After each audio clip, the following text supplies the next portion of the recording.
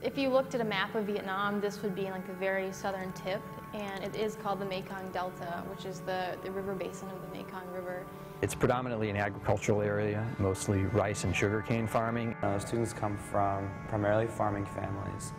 They live in bamboo houses that many of them have built themselves, and I'm sure the kids have contributed to. This particular commune, Hoa Anh, is very poor. The families make about $200 a year, which means that a lot of times the families cannot afford for their kids to study past a certain age. 70% of middle schoolers go into high school, and then only 2.8% of high schoolers go into college.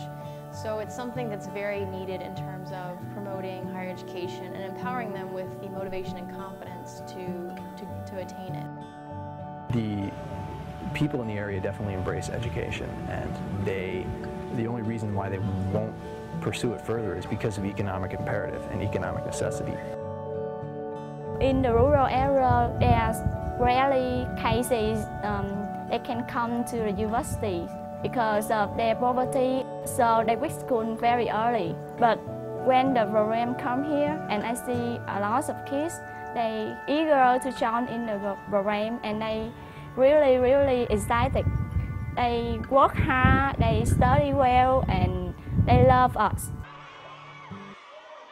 Even though I came up with this idea, the people are what make it work, and it's crucial that we have the right people. The program is really predicated on the idea of providing a series of role models for the kids. Ultimately, they want the role models to be able to encourage them to go to college and academically achieve. Every coaching group has 4 to 5 people. There is always one Vietnamese high school student, and usually we try to get someone who participated in the program last year as a 9th grader. The Vietnamese high school students are important because they provide sort of a bridge for the children's aspirations. It kind of helps segue between the students themselves who are in middle school and the Vietnamese and American college students who might seem like almost an unrealistically distant goal.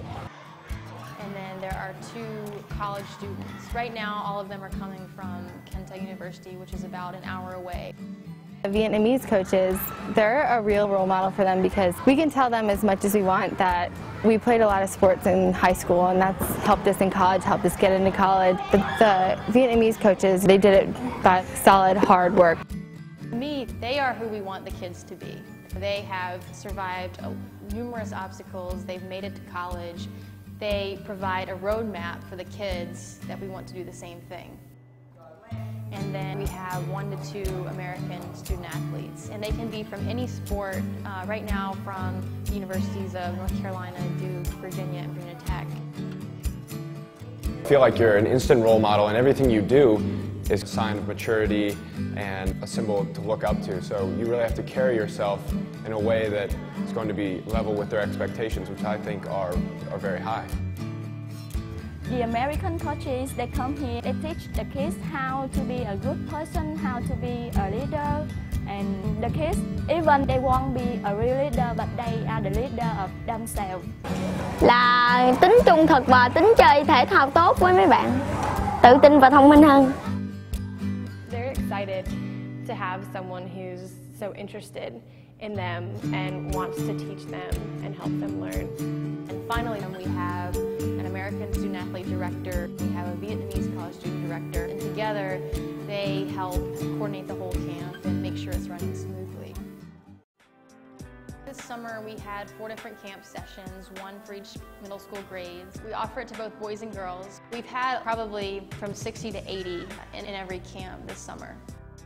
Each coaching group stays with 1 color team for the whole 3 weeks, and I think this allows the coaches to get to know one group of kids very, very well and to think of them as their team. Our camp is divided up into 3 components: sports, academics, and life skills. And for the academics, we teach 4 subjects: sports and health, sports and physics, sports and English, and sports and morality. In academic, we make the lesson plans based on the textbook of the Minister of Education of Vietnamese. And the teacher of this school help us to take out the theory in the textbooks and based on that theory to make the lesson plan.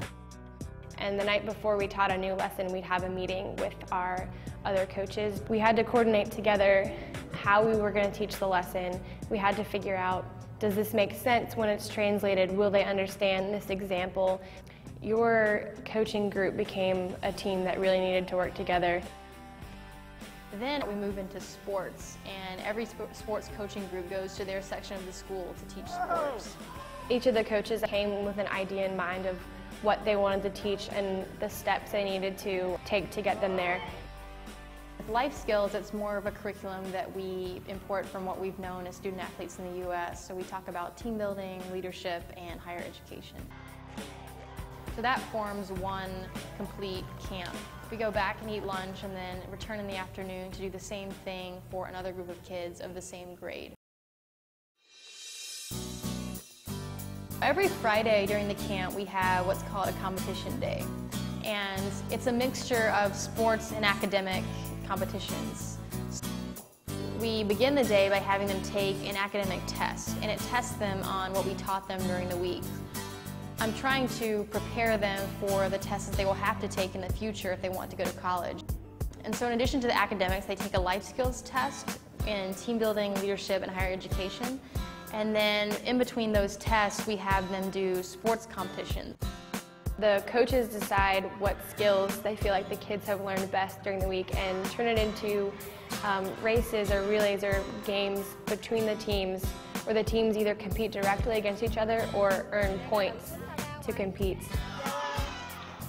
On competition day, the kids always come in, they're really excited. The kids love to be with their team and show the American coaches that they're good. And some of the kids improve tremendously. And it's really cool because they're really proud of that. They got so incredibly emotional about it. And I never expected it to be like that, ever. It's intoxicating sometimes, the amount of energy. It's so fun to see how excited they get.